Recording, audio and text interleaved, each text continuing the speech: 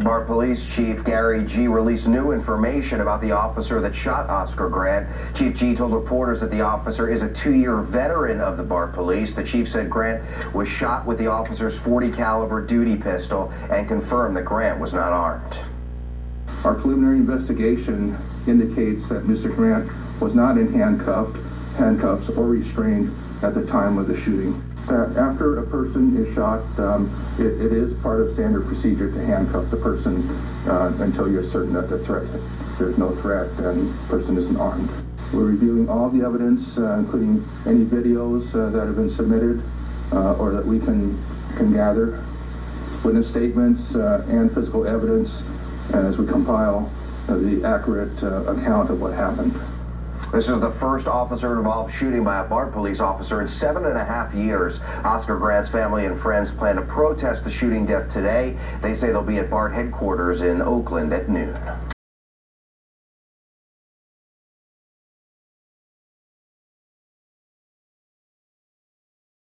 Mr. Grant was killed by this officer under circumstances that were woefully unjustified. It is, without a doubt, the most unconscionable shooting I have seen ever. In that Mr. Grant, at the time he was shot and killed, was in fact laying on his stomach with his back to 2 officers, with one officer kneeling down at his neck head area with a knee there, and the other officer straddling over him and standing in a bent position.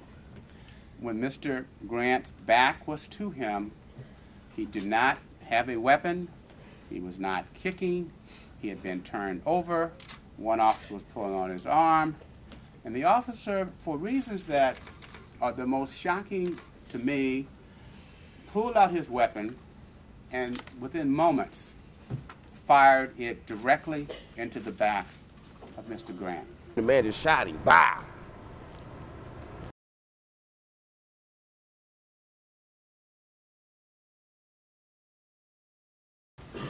And I don't make this statement lightly, because I've been involved in a lot of police shootings, and rarely have I thought that a police shooting in and of itself is one that merits consideration for criminal prosecution. I don't make that claim lightly, because I know this can be situational or not. But I say that given the facts that were available to that officer, and his pulling the gun where no gun should have been pulled, or at the very least a taser, if anything, to be used, pulling the gun and shooting that person in the back seems to me to suggest criminal conduct. And I think it is criminal conduct.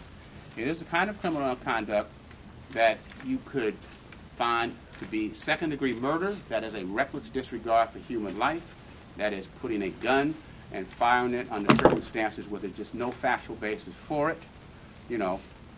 Or it could be a manslaughter case where it was a negligent use of a firearm under circumstances where a reasonable person would not have handled the gun in the manner in which it was handled. That could be negligence. Either way, it's criminal. My nephew gone. His baby is here by herself now. He got a daughter. How you think I feel? My nephew dead. He didn't do nothing. He did the right thing. He didn't ask the driver. He didn't want to drive a car. They took public transportation to go party on New Year's. And then he died, get shot by police.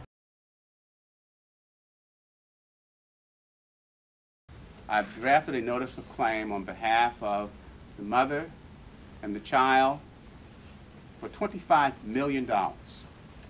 And I make that claim because this is the most egregious shooting I have ever seen. And that a price has to be paid, accountability has to occur. And that when you lose the life of a 22-year-old who is, by all accounts, when you look at all the people here, was a wonderful, decent young man. And he was just out with his friends on New Year's Eve. And at the time the police accosted him and accosted the others, the police had no information that they themselves had committed any particular crime itself. But in any event, the taking of him and putting him in that position clearly was unlawful.